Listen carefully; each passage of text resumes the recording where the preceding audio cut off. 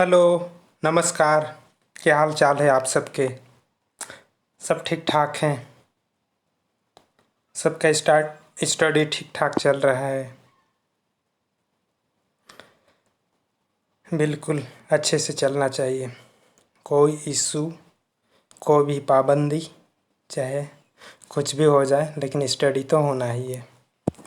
तो चलिए, आज परसेंटेज का टाइप 3 लेके आए हैं। बीच में बहुत ज़्यादा बिजी होने की वजह से बीच में नहीं कुछ कर पा रहे थे, बट अभी थोड़ा सा टाइम निकाल के और टाइप 3 टाइप का क्वेश्चन लेके आए हैं।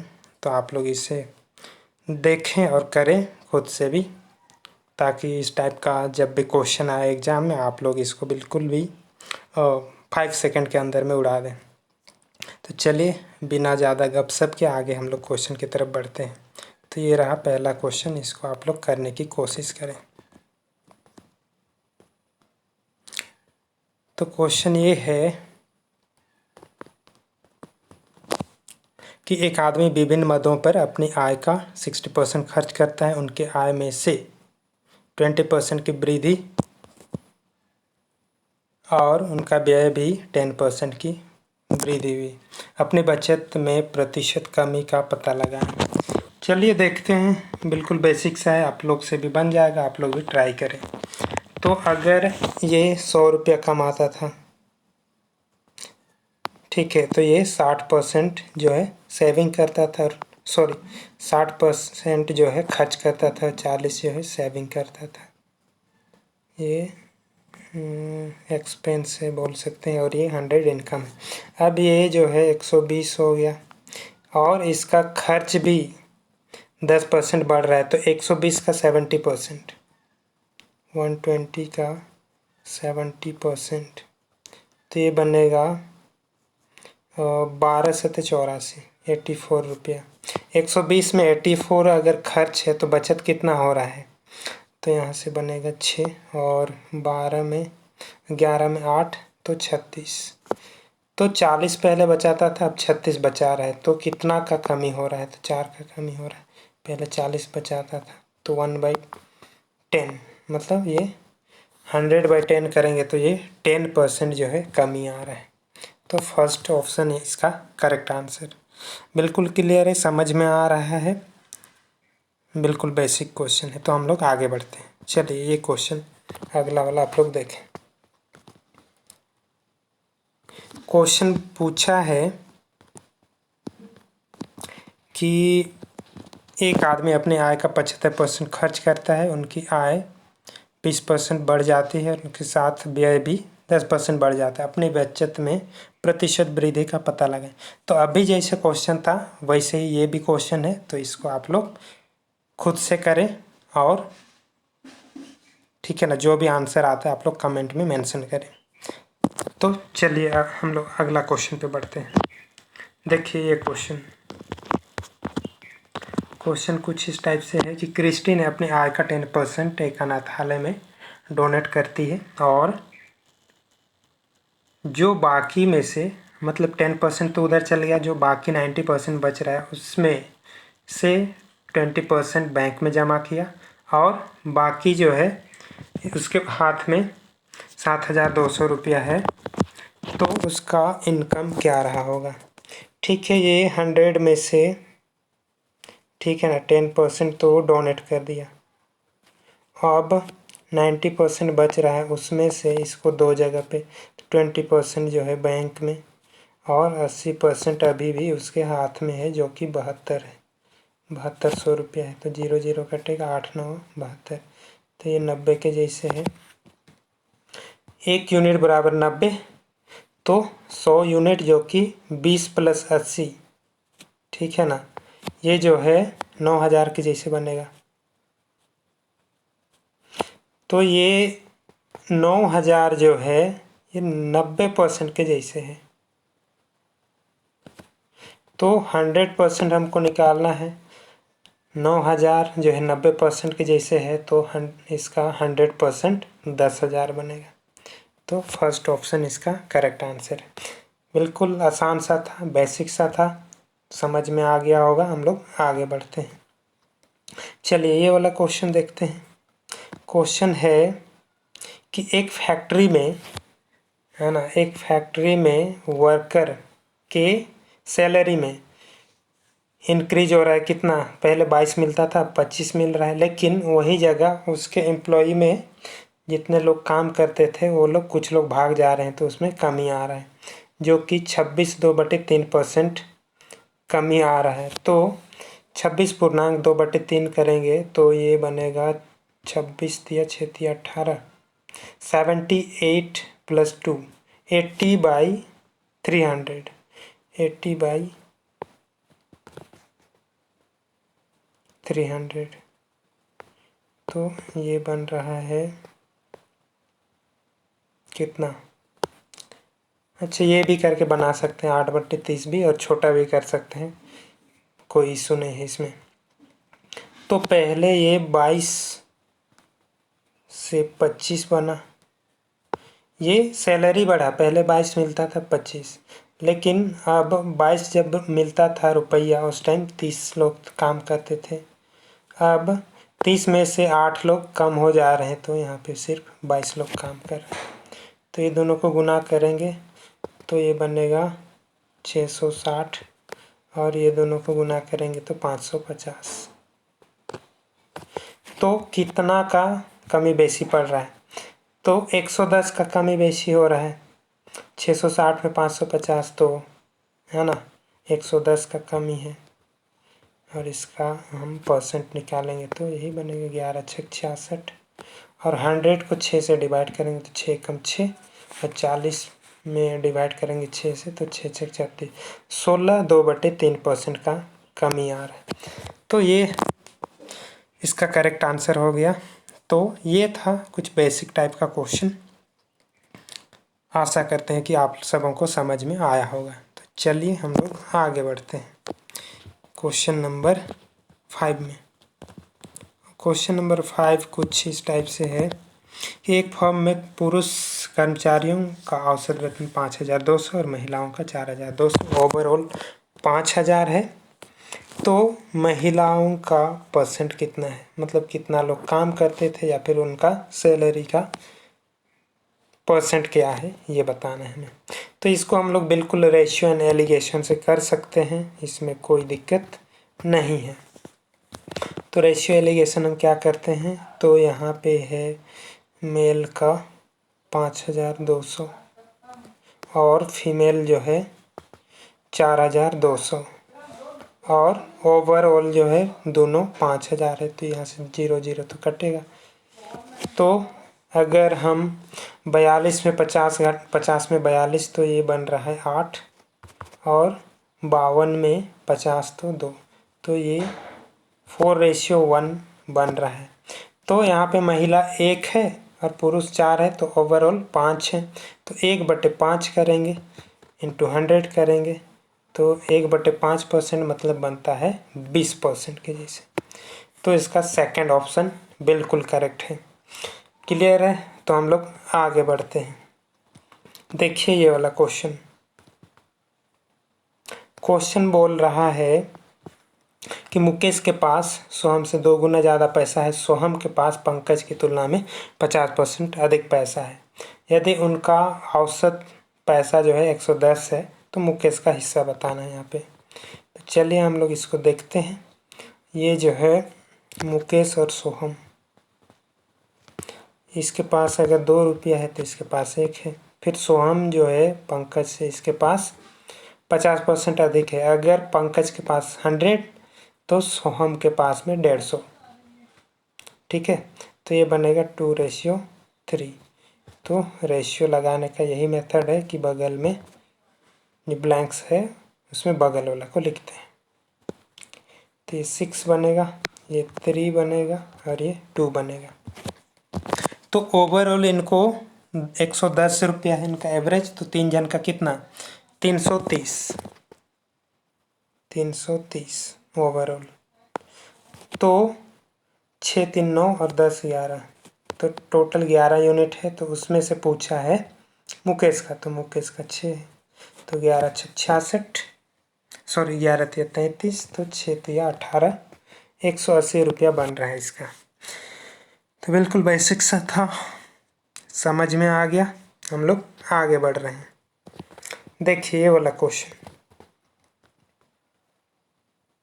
The monthly salary of A and B together amount ₹40. He spent 85% of his salary and B 95% of salary. If now their savings are the same, then salary of A.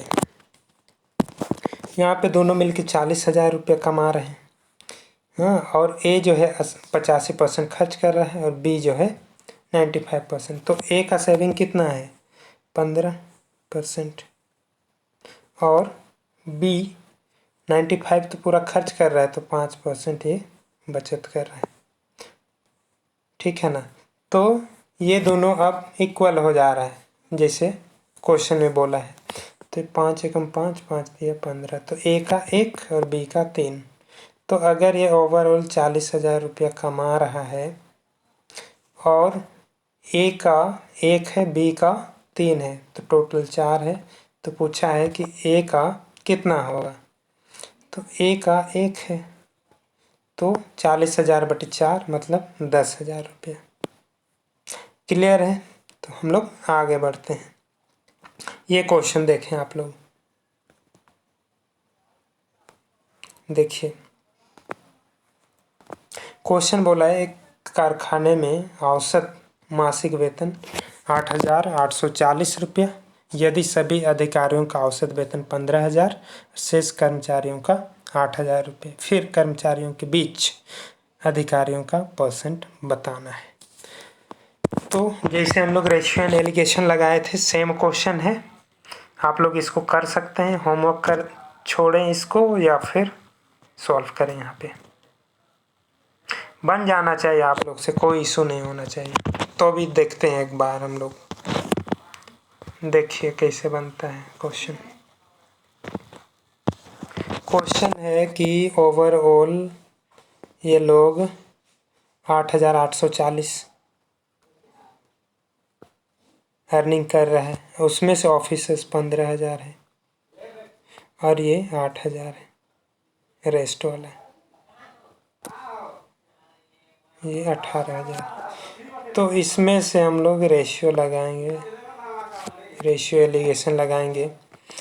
तो 8 यहाँ पे बनेगा 840 और यहाँ पे बनेगा 18,000 में 8,840 घटाएंगे तो 0, यहाँ पे 6 और यहाँ पे 1 और यहाँ पे 17 में 8, तो कितना बन रहा है? 9,160। सही घटाएं, 0 0 और 6 और 9 में 8 तो 1 और बचा यहाँ पे 17 में 8 तो 9, ठीक है। तो ये रेशियो बन रहा है। ये कितना बार जाएगा लगभग? ये 0 0 तो कट रहा है, यहाँ पे कितना बार में कटेगा? 4 से कट रहा है ये, 4 दूना 8, 4 एकम 4, 4 दूना 8, 4 दूना 8 और ये बन रहा है कितना बार में? ये भी 4 दूना 8, अरे 18 में कहाँ कट रहा है? यहाँ पे गड़बड़ कर दें, 15,000 ना है, सॉरी थोड़ा सा मिस्टेक हो गया यहाँ पे, तो आप लोग माफ़ करें। हम लोग इसको देखते हैं।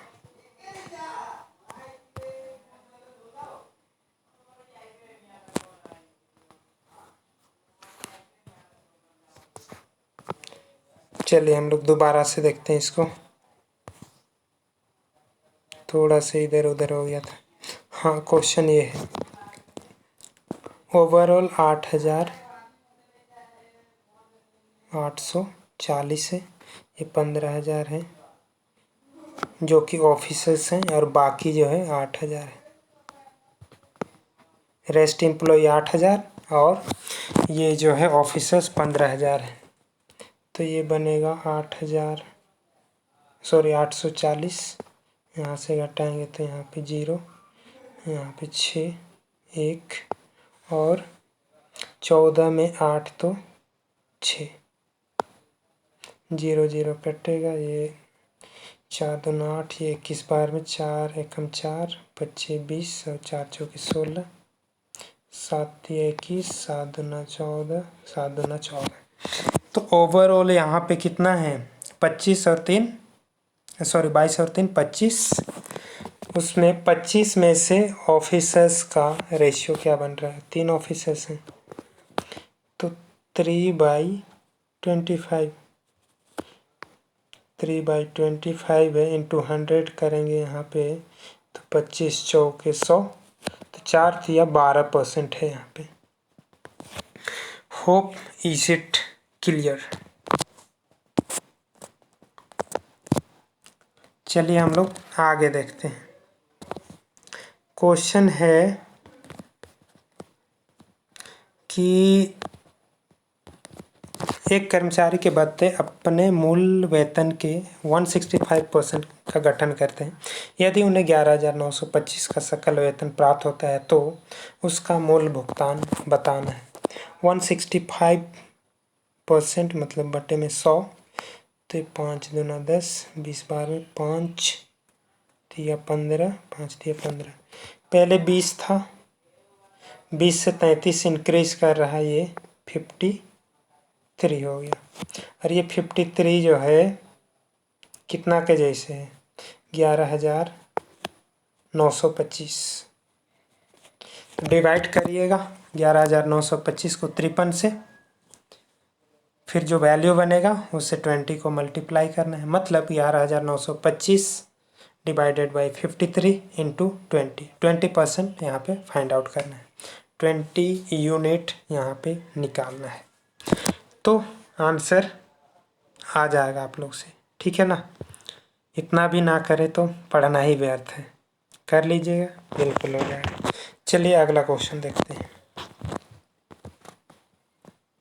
देखिए ये क्वेश्चन तो बिल्कुल जब पहला वीडियो डाले हैं, पहला लेक्चर, उसमें भी है कि यदि ए का सैलरी जो है बी से 50% अधिक है, ठीक है जी, तो पूछा है कि बी का सैलरी ए से कितना कम है।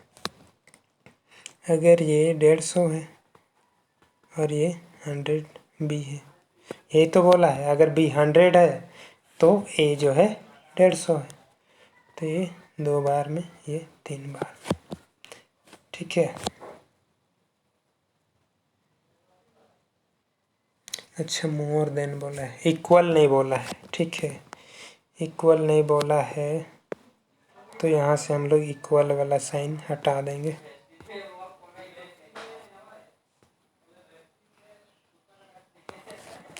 चलिए ए और बी, अगर ये 100 है, ये 150 है, ये 2 टाइम्स, ये 3 टाइम्स, तो यहाँ पे ओवरऑल ए जो है 3 है, बी 2 है।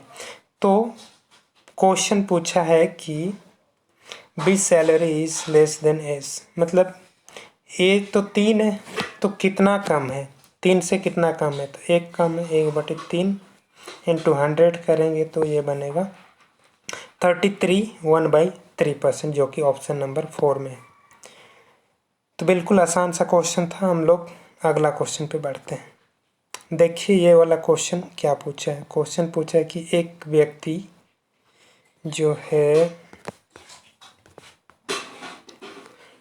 एक व्यक्ति का वेतन 10% कम हो गया, कितना प्रतिशत उसके कम वेतन को वृद्धि किया जाना चाहिए ताकि उससे मूल वेतन के बराबर हो सके। ये क्वेश्चन भी बिल्कुल जब फर्स्ट वीडियो डाले थे, फर्स्ट लेक्चर में ये वाला क्वेश्चन कवर किए थे, तो भी ये क्वेश्चन रिवीजन के लिए डाले हुए हैं, तो इसको एक बार आप लोग ट्राई करें। तो क्वेश्चन बोला है कि अगर वो 100 कमाता था तो ये 90 हो गया। अब 90 से इसको फिर से 100 लाना है, तो 90 में कितना इंक्रीज करना पड़ेगा, तो 90 में x हम इंक्रीज करेंगे x%, तो बनेगा ये 100 के जैसे। तो ये 0 0 तो कटेगा, कितना बार में जाएगा, 9 एकम 9, 9 एकम 9, मतलब 11 अपॉन 1/9% यहाँ पे इंक्रीज करना पड़ेगा, जो कि ऑप्शन नंबर सेकंड में है। तो ये थे लगभग कुछ बेसिक टाइप के क्वेश्चन और लगभग 10-11 क्वेश्चन जो कि आप लोग के रिवीजन के लिए हम बनाए थे। तो आशा करते हैं कि ये सारे क्वेश्चन आप लोग समझ में आया होगा, और नहीं समझ में आता है तो दोबारा से वीडियो देखें और सारा कुछ समझ में आ जाएगा। तो चलिए आज यहीं पे एंड करते हैं। और थोड़ा सा ज़्यादा डिसकंटिन्यू हो गया था क्योंकि उतना ज़्यादा समय नहीं मिल रहा था ज़्यादा वर्क होने की वजह से। तो अब फिर से ये कंटिन्यू हम डालेंगे, मतलब पूरा A to Z बोले हुए हैं तो डालना है, बट वही थोड़ा सा टाइम का इशू है। बट जब जब टाइम मिलेगा हम रेडी करके आप लोग के बीच में उसको रखेंगे। तो चलिए आज के लिए इतना ही। Thank you.